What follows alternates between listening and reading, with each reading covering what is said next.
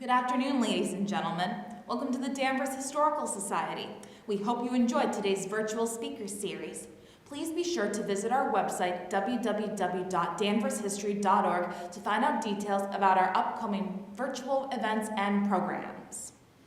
We truly appreciate everyone's support, help, and teamwork in making these virtual events possible. We want to thank our speakers, DCAT, our volunteers, members, and trustees. We hope you enjoyed today's lecture.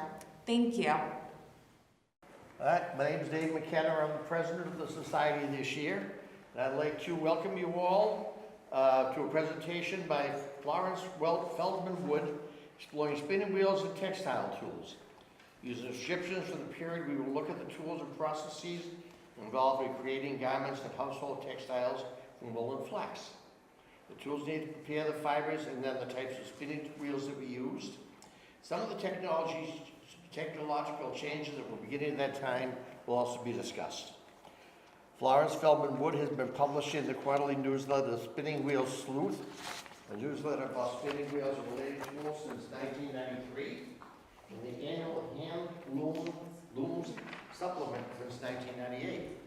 Her articles appeared in other presentations such as Spin-Off in Early American Life. Present Florence. Thank you. Okay, thank you.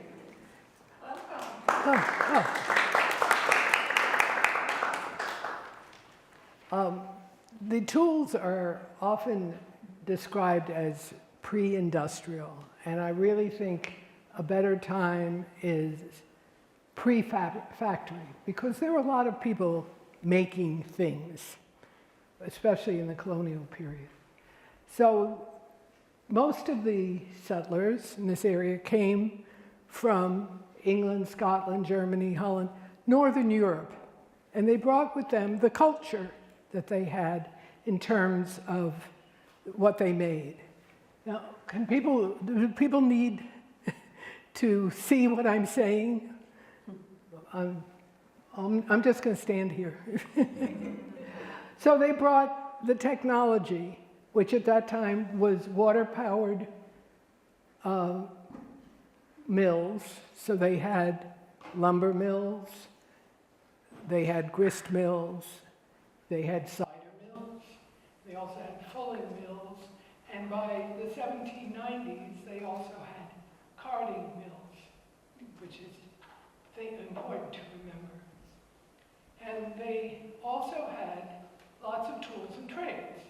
So there were men who were woodworkers, and they were either carpenters or turners. There were potters, there were blacksmiths. There were all these things you needed for everyday life. And they also brought with them the techniques for making cloth making and all the steps involved. Now, I'm not going to show pictures for a while. I'm just going to stand and talk, so you don't have to look past me unless you can't read what I can't hear me, okay? And if you looked in probate records or in wills from the 18th century, you often find that they left to descendants coats, blankets, linens, and all these things that were fabrics that took a lot of time to make. And they were very valuable. And what I'm going to talk about today is all the steps involved in making these things. And I know some of you know this stuff already, but I'm going to review it for the people who don't. And I'm going to do it, and I hope no one's insulted, by reading children's books. Because sometimes they distill the information that you need. And this is one that I first saw at the American Textile History Museum in Lowell. And I think it's really a neat book. It's called Amasa Walker's Splendid Garment. And Amasa Walker was a real person. He lived from 1799 to 1876. And he became a prominent person in Massachusetts. He was a state representative, and later, I think he went to Congress, and he was an elector for Massachusetts in 1860 got to vote for Abraham Lincoln. He was an interesting guy. And in the started writing essays to tell younger people about what it was like to grow up as a young boy at about 18, 10, or 11. So it's like trying to explain to your children or grandchildren about life before computers and cell phones, okay? The same idea, what life was like 40 years ago. And so this is a little book some nice young women turned his story, his essay, which they found, into a children's book. And he lived in Brookfield, which when I looked it up is just a little north of Sturbridge. So the middle of Massachusetts, away from the coast. I think people here on the coast, Danvers, Salem, Boston, probably had access to more finished goods, some from England, depending on how well-to-do they were. But out in the hinterland, it might have been a little harder. So he was a bit sickly. He'd rather sit and read his books, but his mother, when he was about 12, told him to go get Jenny the horse and go to the farmer Bigelow and get a fleece that his father had arranged to get, because she wanted to make him a new winter coat, which was called a surtout. And Jenny was not always the most cooperative horse. So he brings it home. His mother checks it, takes the dirty parts, the tag ends, those who know fleeces will recognize, and then she bundles it up again and sends him to the carding mill. And the carding mill saved her a lot of work. And this was a brand new, exciting machine that Mr. Slayton had to make. It saved his busy mother a lot of work from having to do the hand carding. But it took a while, and he had to go back once or twice with the horse. Excuse me. Finally, he got the carded wool. We would call it, modern spinners would call it pencil roving, but they called them the rolls. And then his mother and the hired girl spun it up. And notice his mother has a great wheel, like those, with an accelerating head on it, and I'll talk about those a little bit more. But that's how they spun it up. So once they got it spun up, he had to pack it up and take it to Mrs. Doan, who had a loom and was known to be a good weaver. But again, it took a few weeks before it got done. And finally, when he went to pick it up, she said it wasn't quite done, so he had to wait till she took the web off the loom. So he took it home, and then his mother sent him back. He had to go to the fulling mill, where it would be washed and dyed, and it would pull the web closer together.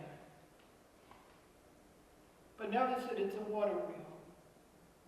Okay, all those rivers here in Massachusetts are very good for water-powered mills. Mr. Waite's fulling mill. Meanwhile, because this is another few weeks, his mother said to check with the tailoress, Aunt Debbie. We would call her a seamstress. And he went to her house. She wasn't there. She was at someone else's house. She was sort of an itinerant seamstress, and she would go to different houses and do work for a family. And so she said, "I'm not ready. You'll have to come back." And he said she always scowling.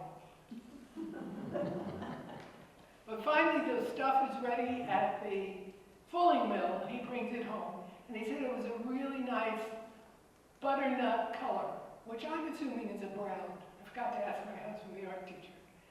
But that, I think, is what butternut would be. So mother checks the fabric. Finally, Aunt Debbie's available to come to their house. She rides on the back of Jenny with him. Jenny takes a starring role, the horse. And he and his younger brothers watch in the evening as his mother and Aunt Debbie are sewing. And they're sewing by hand. And there's a simple reason. Sewing machines weren't invented until the 1840s. They were patented in 1846. Things we take for granted. Finally, they measure him, and he looks, she checks it out. He looks very smart, and he's really pleased with his splendid garment because he worked real hard. It took 6 months, and he figured he made 13 or 14 trips and at least 80 miles. So he was very pleased that he could wear it to go to meeting the next day. So that gives you an idea of how long, how many steps to start. Now, one of the things, for those of you who are not spinners, to know about flax before we start is that it's a bast fiber, cellulose fiber, and to get what you want to spin, you've got to get it out of the stalk that it grows in. And that takes a lot of hard work. So I have another story, another children's book, and it's called How a Shirt Grows in the Field. And it's an adaptation of a Russian folk tale, because these processes were done all over thousands of years. When, I don't know, somebody maybe knows, who was the Egyptian all those thousands of years ago who figured out that if you broke the stalk on this plant, there was stuff inside? I don't know. Maybe there is some Egyptologist has figured it out. I haven't researched that. Native Americans knew it too. Yeah, I'm sure. I mean, and there are different techniques, but the basic steps are the same.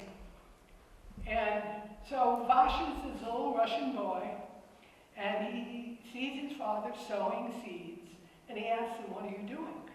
And he says, "I'm sowing flax seeds so the shirts will grow for you and baby Anya."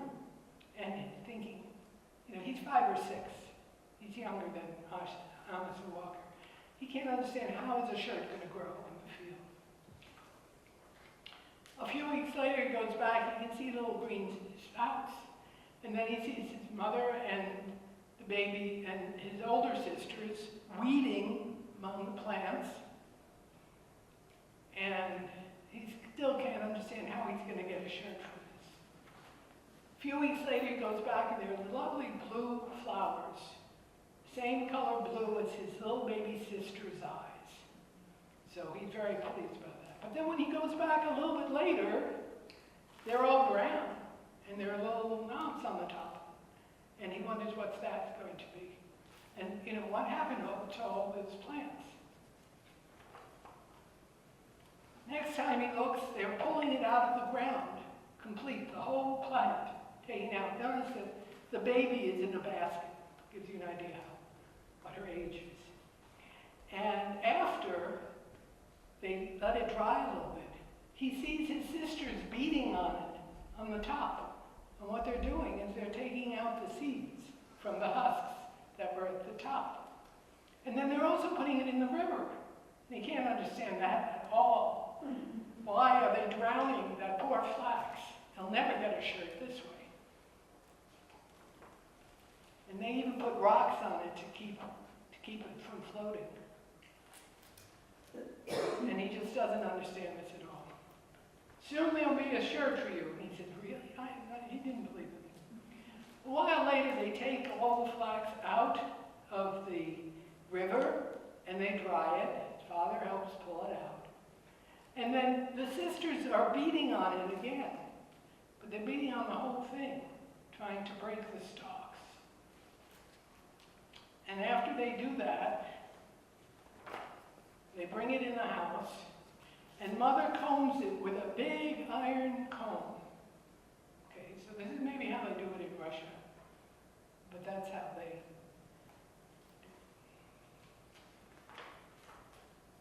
Now this is interesting because in the wintertime, his sisters sit and spin it, and notice that they're spinning with a drop spindle. I actually have one and didn't get a chance to start showing you how it works, for those who don't know. And she's sitting on a bench, and there's a pole or a board that they drape the flax on. And this is called a distaff. And we'll see them in a wide variety of forms, because every culture had a different variety. But in this case, she's sitting on a bench with the distaff and spinning. Sometimes, if a woman was doing it while walking, she'd put the distaff on a stick and stick it in her belt. The varieties are even more extensive than the spinning wheels. So then when the yarn is done, Mother sets up her loom in a corner and starts weaving.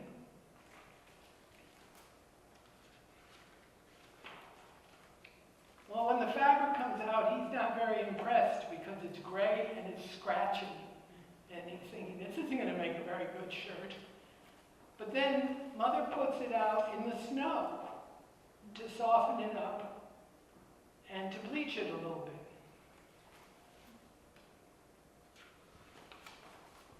Then in the springtime, she puts it out on the new grass and gets it wet and bleaches it some more. And you can see the sister's now a toddler. So they're drying it on the fence, and the little sister, who's now probably a year and a half, is wearing it. So finally it's to the point where his mother can cut it up and make him a shirt, tries it on. He said, but it doesn't have any sleeves. They put sleeves on it.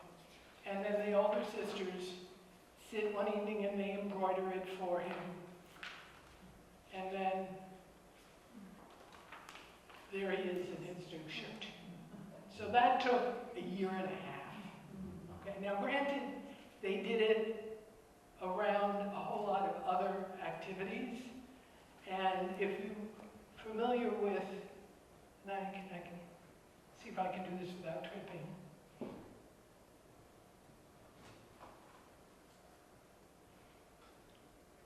I know this was very popular about 30 years ago.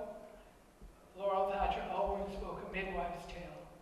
And she was living from, well, her diaries. Again, this was tucked away somewhere in the Maine Historical Society. And she got it out and looked at it and found that this lady, who's a midwife, was living what's now near Augusta, Maine, Kennebuck. It was still Massachusetts at that point. And she kept a diary from about 1795 to 1812. And she recorded daily what she was doing. And among the things she was doing besides delivering babies and caring for her family in general, she would knit, she would spin, her teenage daughters would weave, they would help other neighbors set up looms and this kind of thing. Now one of Ulwich's points is that the women had a community of exchanging in terms of materials. But it was part of daily life. So now, can I just start pushing buttons on the computer? So, for those who don't know, this is going to be a very brief history of spinning wheels. And then some of the tools that were not mentioned in the book, because they left out some stuff. But I wasn't expecting Laura brought out from the Society's collection some very interesting pieces that I just thought I'd show you pictures, but here I can show you some live objects.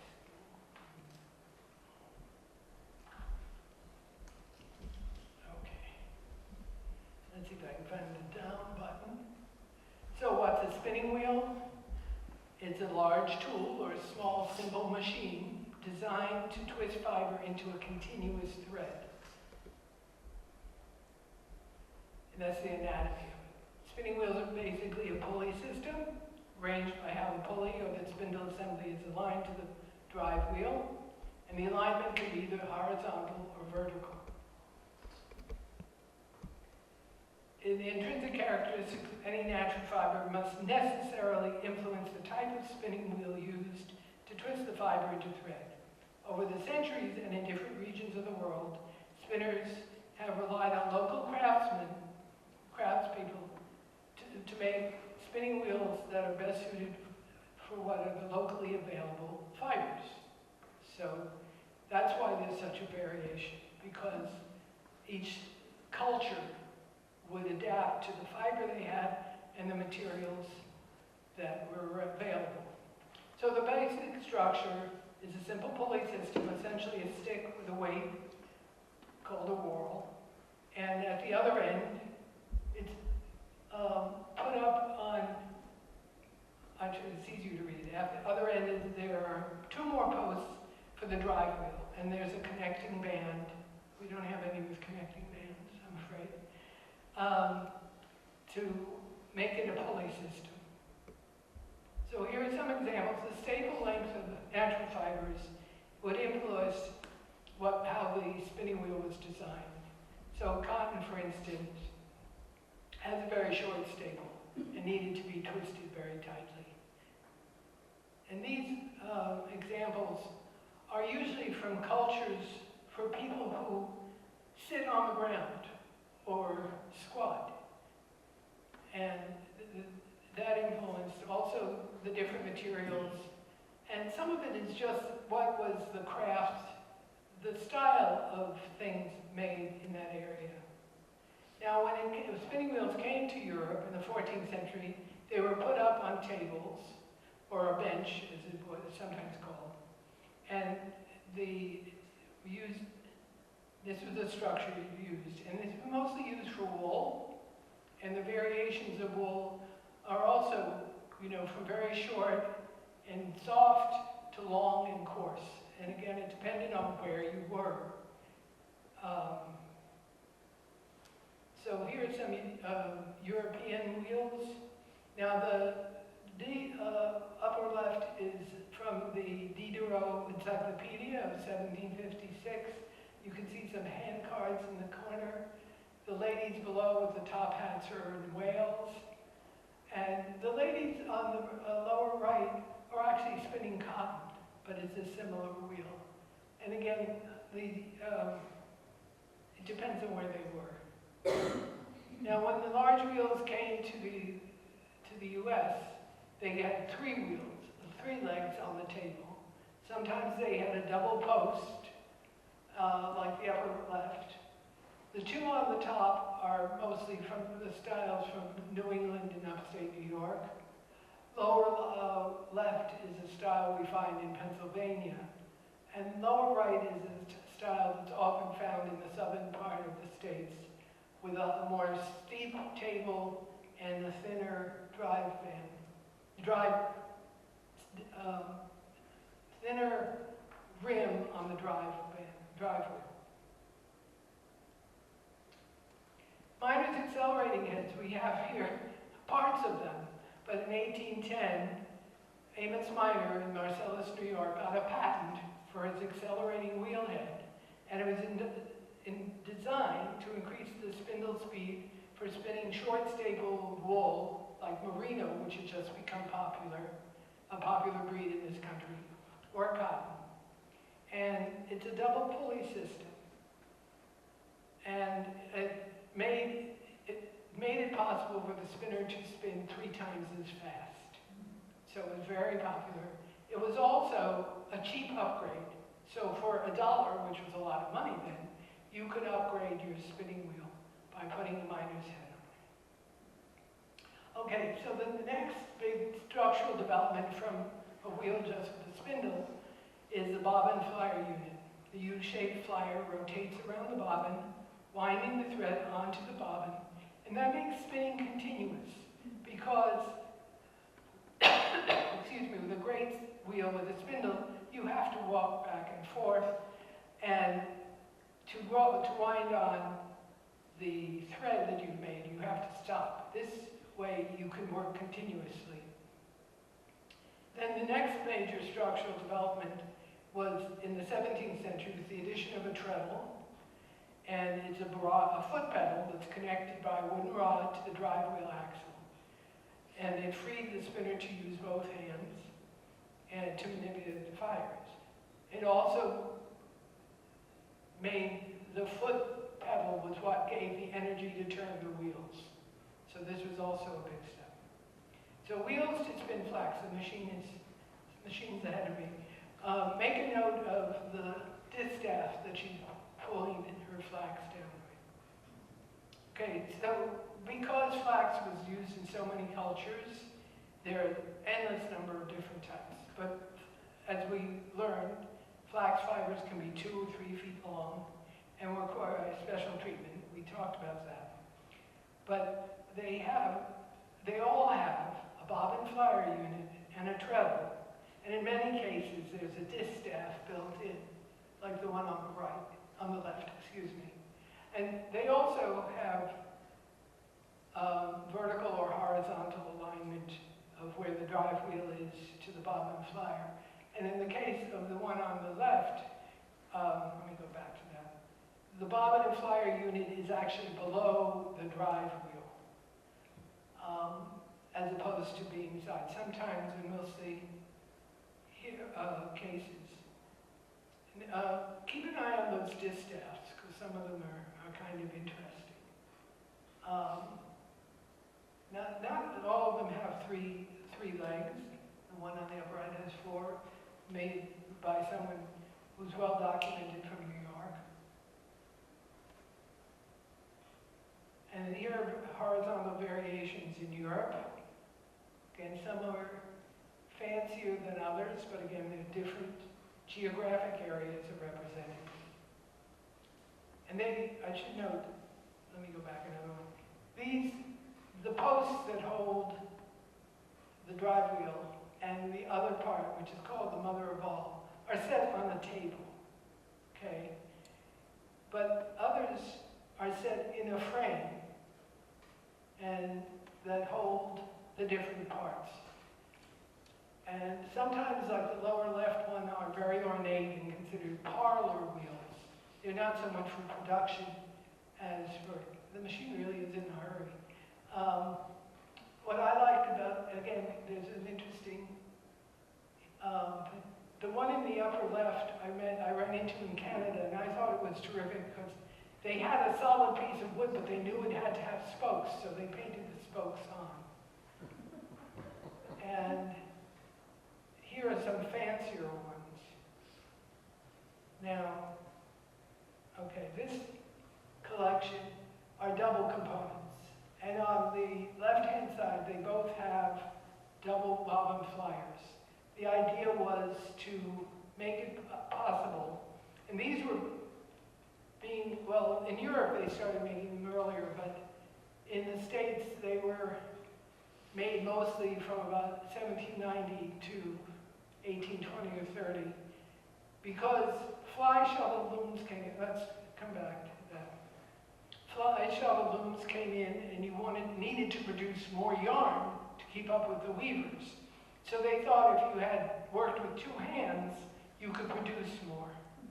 And sometimes it worked, sometimes it didn't. And among these double components, there are double treadles, and then there's what are sometimes I call them chair frame wheels, where they have a second accelerating wheel on top and 2 treadles. So this is on the handout you received. It comes from Marion Channing's book, The Textile Tools of Colonial Homes. And it includes some of the steps that we saw in Amasa Walker. But there are hand cards, and there are also wool combs. And I was saying, I didn't think wool combs were used that much in a domestic setting, but I asked a friend who collects a lot of 18th century textile tools, and he said he found some at estate sales in Maine that looked used, and there's a set here that looked used. So if you wanted to prepare the wool, if you didn't have a carding mill nearby, you would have to sit and with hand carts for a very long time to get the wool instead. And that's the ones on the left. And then wool combs. And in England, wool combing was a guild. It was a man's job. It was a restricted activity. But I've never heard of it being like that here, but clearly people were using wool combs. And modern spinners are using them now too. So this is the part that the books don't talk about, how that yarn got to whoever was weaving it. And what they needed was something of a fixed length. And fortunately, Laura got out some nice knitting knotties. And what it is a skein winder of a fixed length, or a reel. And this one you can sort of see the clock face on it. And they're either called clip reels or clock reels, or pop goes the weasel. So after, it would be 2 yards, and if the gears were working correctly and the clock face worked correctly, it would go around 40 times, it would click, tie a knot, another 40 times, cock it. So you'd have 80 yards. And depending on how big you wanted your skein, how many knots you made, you would have a number of how long your skein was to take to the weaver, or for your own weaving purposes.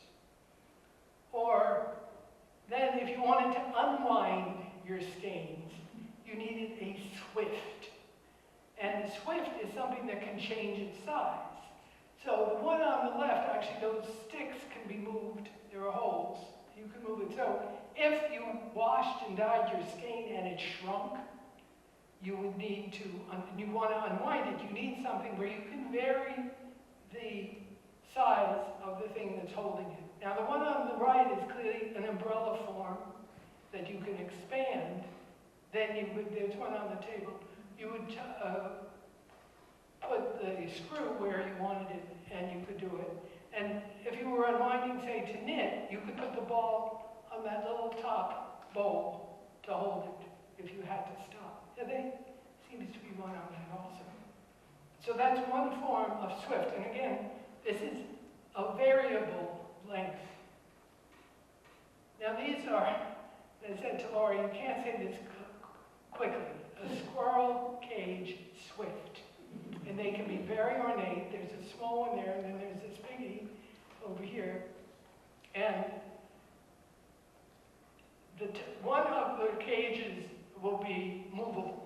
One is stationary, one is movable, and then it can be fixed. In that case, there's a screw on the back. The one on the right, she has to, when she moves it, because it's the bottom one that is movable, she just puts a shim in to keep it in place. But you can see how she actually figured out how to ply off of that.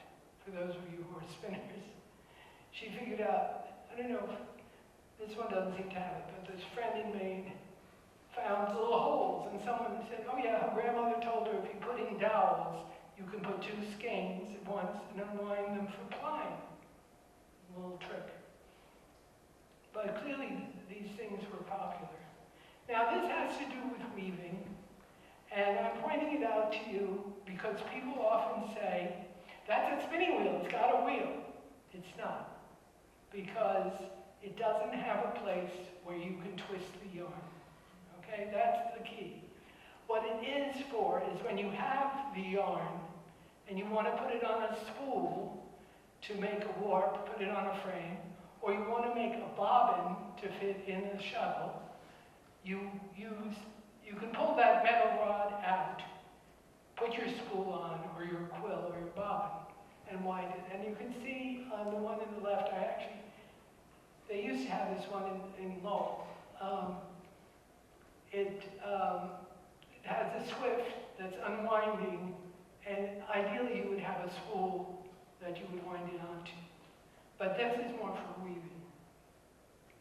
Okay, so let's chart for flax. We already know what Vasha went through trying to get it. Her chart does not show the part about the seeds. She just says ripple. And it's actually a little bit more complicated than that. But ripplers but they can be wooden. They often are wooden ones. Now I have to admit, I've never seen one of these things on the bottom. It's called a flail. And it's used, and I was at a conference about flax in 2016 at the historic Deerfield, and saw, which is where the second picture, right-hand picture is from. And it was used for stamping on the seeds to break the husks and to liberate the seeds. Because you want the seeds either for next year's crop, or flaxseed oil, even in colonial times, was a commodity that people used, which I hadn't realized.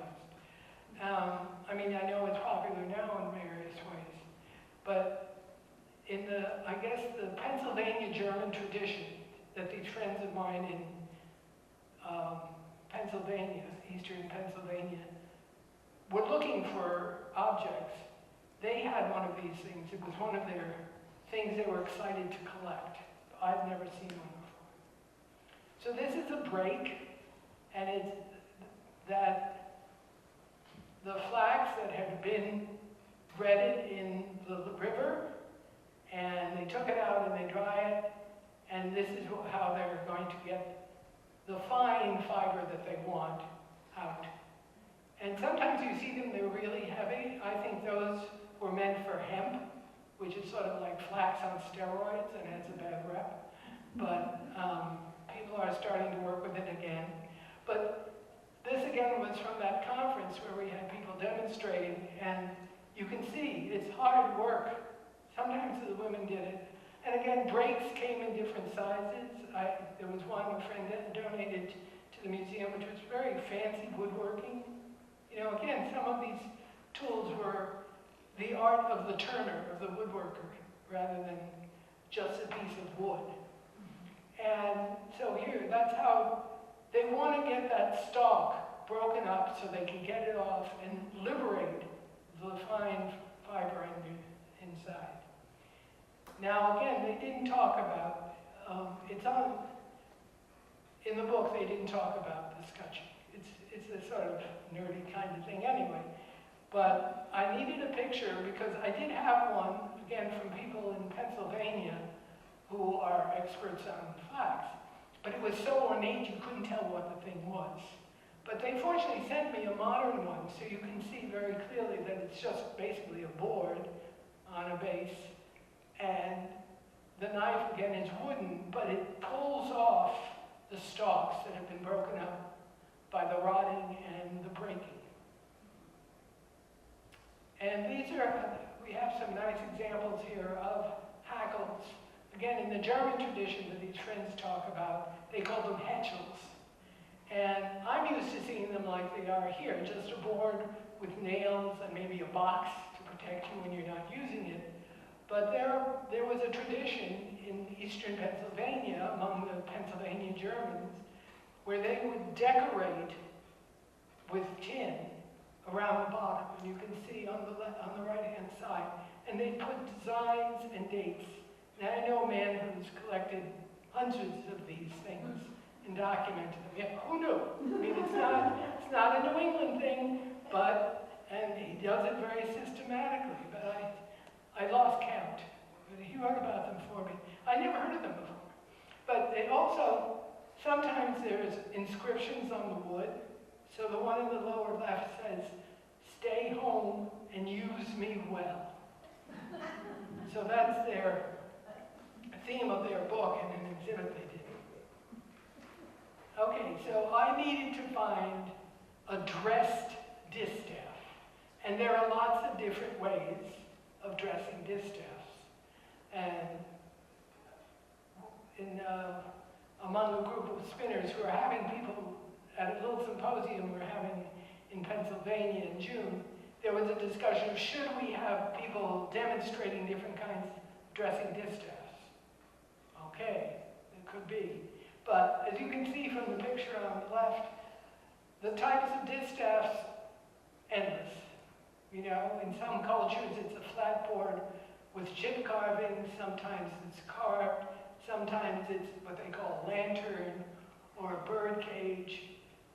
Sometimes they were used as love tokens. In Scandinavia, a young man would carve one and give it to his lady. And sometimes they were freestanding. If it was a very small wheel and you couldn't attach it, it would be made with a big pole, decorated, that would stand on a little table next to you. And then they're the ones, you can't really see them here, like a variation on what the sisters were doing, in that it was a distaff with a sort of piece of wood that the spinner could sit on. So she could sit on it, pull down the flax, and use it with her drop spindle.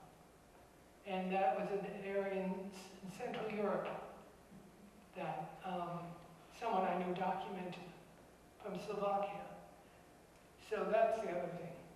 Now, what do you do with all that leftover toe? Okay, the stuff that we pulled out, this beautiful line flax, there's all this stuff. Now you spend all this time growing it, hackling it, and all this kind of stuff. You're not going to throw it away. You're going to spin it up on one of these very crude-looking wheels and maybe making it into burlap or into rope. And you can see this one is much more, you can see some of it still on there. And I understand that spinning on these is a little different from spinning on a regular spinning wheel.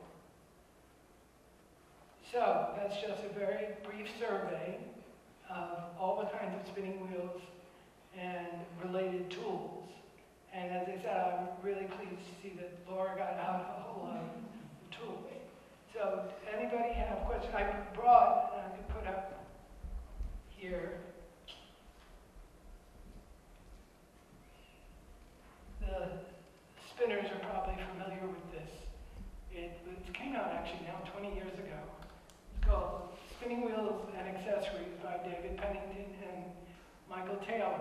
And it's sort of the go-to book about spinning wheels. Wonderful pictures.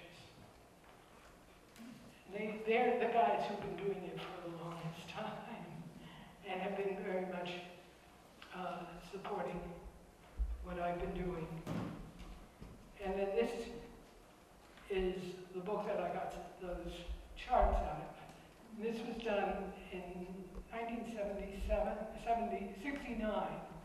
And I've not been able to find anything about this lady. There are copies of this available. But she went to what was then the Merrimack Valley Textile Museum in North Andover and took pictures, had her husband do line drawings of the different tools that they had. And see, you can see that really big break, which I suspect was more likely used for hemp than for flax. But I did mention that on the handout that I gave you. Do you have questions, or we can look at these things? There's some shovels there. Now this, I'll put on a glove.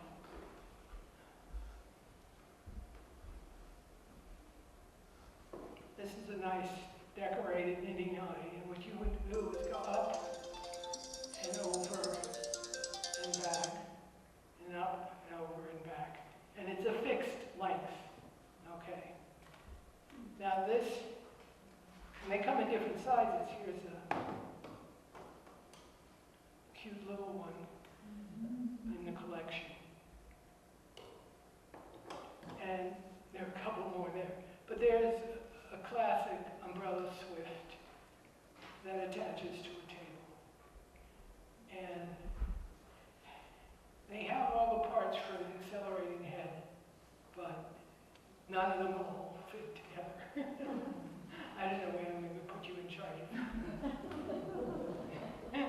But then here's this.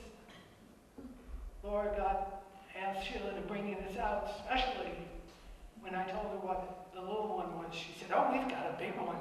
And so they pulled it out, and you can see, and here it's the lower part that would be movable too. What other thing? Oh, and here's a reel. It might have had a clicker at some point, but it doesn't look like it did. I don't know, can you see? There's probably a gear system inside, but you can't get to it. I don't know, maybe a if you looked underneath in there, you would see it. And it would go around a certain number of times. You would turn it here.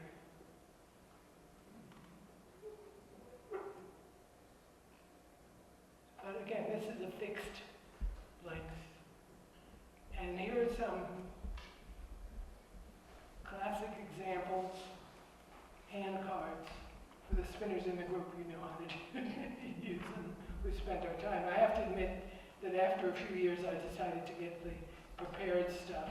And I still have some from Debbie Watson, friend in Georgetown, who raised sheep. I think she's just about done with them. For the sports fans, I might mention that she would name her ram after football players. So for many years, she had one named Tom Brady. And then she had one named Gronk, but I think they've gone. But here are some wool combs that look like somebody used them, and hackles. But again, these are the New England style, which is just wood with nails. But you would pull the thread through, and your aim was to get the longest, finest threads to spin. And they call it lined flax. And I'm not sure what that is. It's possible it was for cotton, to get the seeds out of cotton, but I'm not sure. Getting seeds out of cotton was a much trickier business. And it wasn't until 1803 in the cotton gin that everything changed in the American economy, and politically also, and slavery. They needed the workers. That's another little story we won't go into now. But any more questions? Yeah. So I noticed on this piece of paper it says like washing bleach and like washing, and I just wanted to mention how how like crochet tops have become a trend. I know a lot of people wearing like crochet dresses and tops.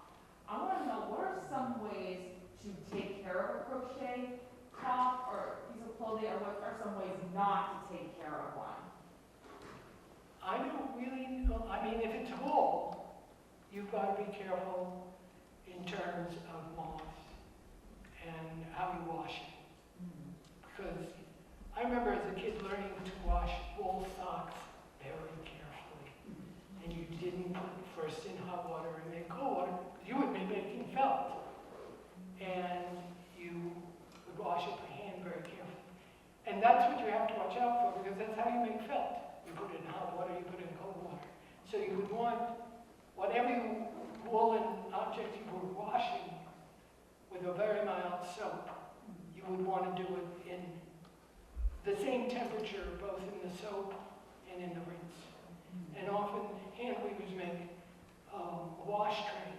So you have same temperature, the water, same temperature, from the soap to one rinse to two rinse to three rinse.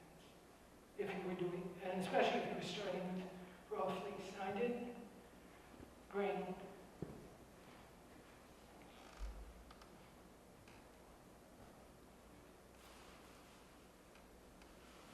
I have my drop spindle. I asked this friend in Georgetown, here's some raw fleece, that's Gronk. I'm not sure, but she has hers, she sends it to a carding mill and has her fleeces Romney made into roving. And this stuff is a delight to spin. And I've been doing it actually on my drop spindle for a long time. It's very meditative. And it's actually unwashed. It's just, I just haven't gotten around to it, but I don't expect it to be. But, so, if anybody wants to come up and look at this stuff. So, anything else? Any more questions? You have some questions, Ann? Ann's an experienced spinner, so she wants to go up here. I'll give you, take another glove. So yeah, come look at the different things. We'll try to answer your questions. There are some sewing things that Laura thinks, and it's probably true, they're probably Victorian rather than earlier. But all kinds of fun stuff. She went down in the basement and said, "Oh, textile tools. This is what you found," which is, always good fun. But, okay, thank you.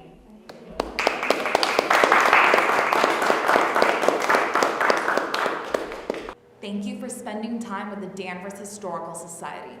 Please be sure to visit our website to donate at www.danvershistory.org. Have a nice day.